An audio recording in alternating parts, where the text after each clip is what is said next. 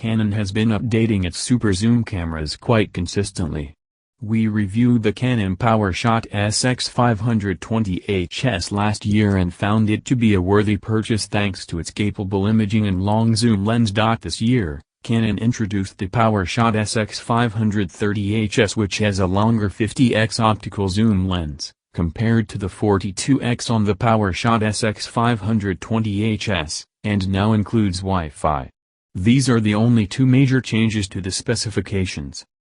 Even the design of the PowerShot SX530 HS is very similar to that of its predecessor. We tried to find out if these tweaks are enough to warrant an upgrade if you already own the PowerShot SX520 HS, and also if this is a good super zoom camera for first-time buyers to consider. Design. The bridge design of the PowerShot SX530 HS is exactly the same as that of the PowerShot SX520 HS, which is not necessarily a bad thing. We still think that the molded plastic body looks a little cheap, and it would have been nice of Canon to include a tiltable LCD. The dimensions of the PowerShot SX530 HS have changed so slightly that the naked eye wouldn't be able to spot any differences even if both cameras were kept side by side.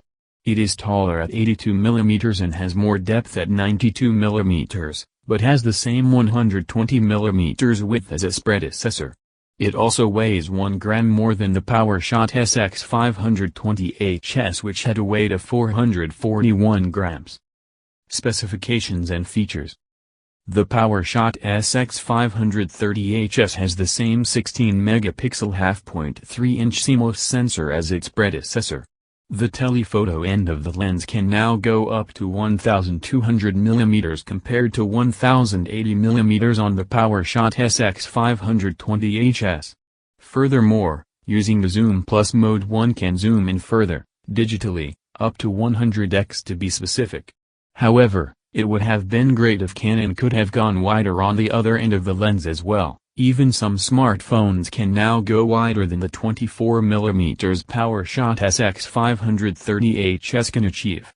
Moreover, the lens continues to be a relatively slow shooter with a maximum aperture of f/3.4.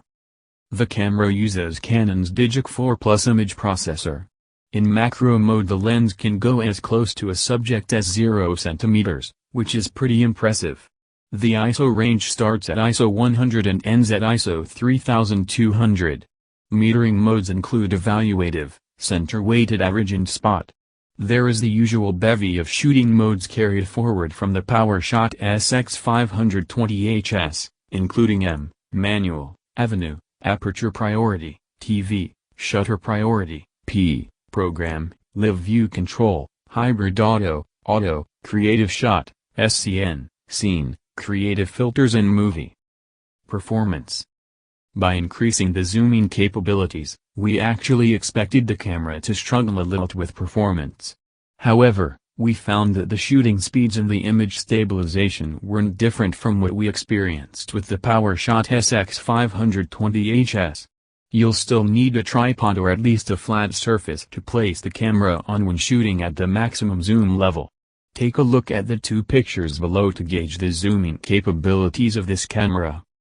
1080p 30fps video may not look as crisp as 60fps video that a few other cameras can record, but having said that, we were really impressed with our sample video, which did not have any frame drops, even when we panned the camera in our hands.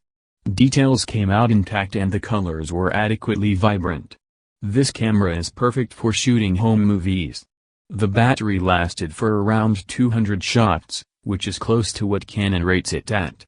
However, this is not great compared to the battery life of some other cameras in the same price range. Verdict. The Canon PowerShot SX530 HS is officially priced at Rs. 21,995 but can be purchased for around Rs. 18,000 online and at some retail stores as well. However, stocks of its predecessor are still available and it is selling for as little as Rs. 12,999.